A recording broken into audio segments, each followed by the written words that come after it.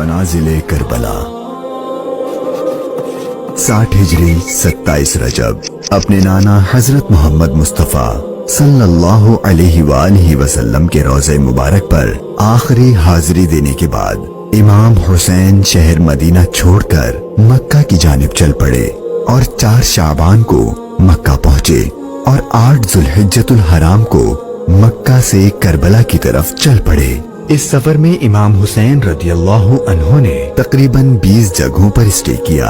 उनमें से चंद मकामात जहां कोई वाकया पेश आया वो मकामात हम आपको दिखाएंगे।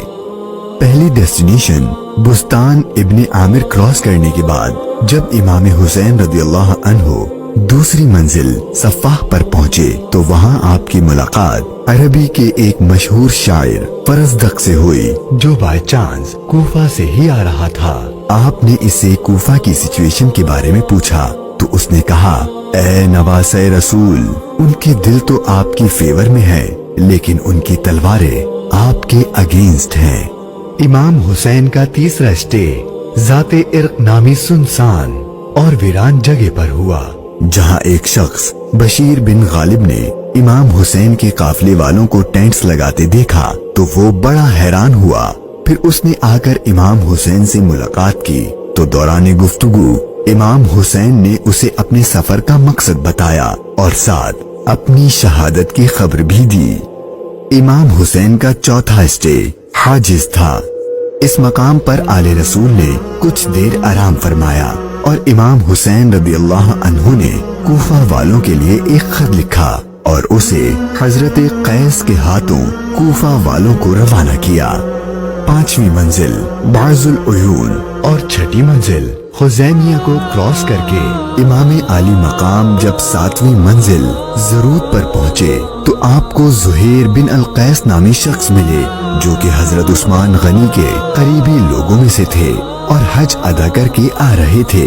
उसने जैसे ही इमाम हुसैन से मुलाकात की तो उसने अपने घर जाने के बजाय इमाम हुसैन का रफीक सफर बनने को प्रेफर किया। 8वीं मंजिल सालिबिया पर एक गमनाक इमाम हुसैन के इंतजार में थी। यही वो मकाम था जहां आपके चचाजाद भाई हजरत मुस्लिम बिन अकील और उनके 2 बेटों की शहादत की दर्दनाक खबर मिली। इस पर आपने खुद इरशाद फरमाया और हालात की संगीनी से काफले वालों को आगाह कर दिया ताकि कोई जाना चाहे तो चला जाए, लेकिन आपके साथ सफर शुरू करने वालों में से किसी ने पीठ न फेरी। मुश्किलात में इजाफा और जर्नी डिफिकल्ट होती जा रही थी क्योंकि इब्ने जियाद गवर्नर कूफा को इमाम हुसैन के आने की खबर मिल गई थी और उसने अपने बहादुर और माहिर कमांडर हुर को 1000 का लश्कर देकर इमाम हुसैन को गिरफ्तार करने भेज दिया। इमाम हुसैन जुहाला, बतन उक्बा और शराफ से गुजरने के बाद जब 12वीं मंजिल सुरात पहुँचे तो आपका सामना हुर और उसके 1000 के लश्कर से हुआ। इस रेगिस्तानी इलाके में हुर और उसके लश्कर वालों का प्यास से बुरा हाल हो चुका था और उनके पास पानी भी नहीं था तो इमाम हुसैन ने उनको अपने हाथ से पानी पिलाया।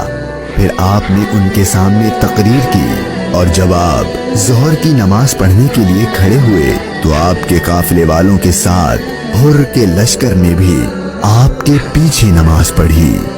13वीं मंजिल कादसिया, ये है टर्निंग पॉइंट। इमाम हुसैन रदियल्लाहु अन्हु को जाना तो कूफा था लेकिन आपने रास्ता तब्दील कर दिया और आप करबला की तरफ चलना शुरू हो गए।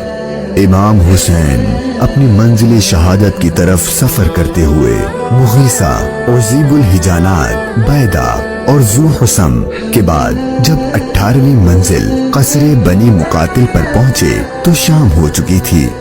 आपने रात यहीं गुजारी और सुबह जब इमाम हुसैन यहाँ से रवाना हुए तो आपकी जबान पर इन्ना लिल्लाहि व इन्ना इलैहि राजिऊन के कलिमात जारी थे। आपके बेटे अली अकबर ने आपसे ये कलिमात पढ़ने की वजह पूछी तो आपने फरमाया कि बेटा, मैंने अभी ख्वाब देखा है और उसमें हमें शहादत की खबर दी गई है। तो आपके शहजादे ने पूछा कि ऐ बाबा जान, کیا ہم حق پر نہیں ہیں؟ تو امام حسین نے فرمایا کیوں نہیں؟ تو آپ کے شہزادے نے بہادری سے جواب دیا کہ پھر موت سے کوئی ڈر نہیں۔ امام حسین کا سفر شہادت، سفر بقائے اسلام اپنے اینڈ کو پہنچنے لگا تھا۔ بس 2 اسٹاپ باقی تھے اور وہ ساری باتیں حقیقت ہونے والی تھیں جو بچپن سے آپ کی شہادت کے بارے میں مشہور تھیں۔ امام حسین جب اپنی سیکنڈ لاسٹ منزل نینوا پر پہنچے تو آپ کی آنکھوں کے سامنے بھی وہ سارا منظر گھومنے لگا جو آپ اپنے والد سے سنا کرتے تھے۔ ابھی امام نے تھوڑا ہی فاصلہ طے کیا تھا، ایک ریگستان میدان نظر آیا اور ابھی وہ سارا قیامت خیز منظر آپ کی نظروں میں گھوم ہی رہا تھا کہ ہر اپنے لشکر کے ساتھ ایک بار پھر آپ کے سامنے آ گیا اور اس نے بتایا کہ گورنر کوفہ ابن زیاد نے مجھے خط دیا ہے کہ آپ جس جگہ پر ہوں وہیں آپ کو روک لوں اور آپ کو ایک ایسی جگہ پر ٹھہراؤں جہاں پانی وغیرہ کچھ بھی نہ ہو۔ اور بالآخر آپ کا سفر اپنے اختتام کو پہنچا اور 2 محرم کے دن ابن زیاد کے حکم پر اس چٹیل ریگستانی میدان میں پورے قافلے اہل بیت نبوت اور ان کے اصحاب کو اس 1000 کے لشکر نے روک دیا۔ امام حسین نے دریافت فرمایا کہ اتنا تو بتاؤ کہ اس جگہ کا نام کیا ہے؟ تو جواب دیا گیا اس جگہ کو کربلا کہتے ہیں۔ تو امام حسین نے اپنے خاندان سے فرمایا کہ بس یہی ہمارے ٹھہرنے کی جگہ ہے، یہیں ہمارا خون بہایا جائے گا اور یہیں ہماری قبریں بنیں گی۔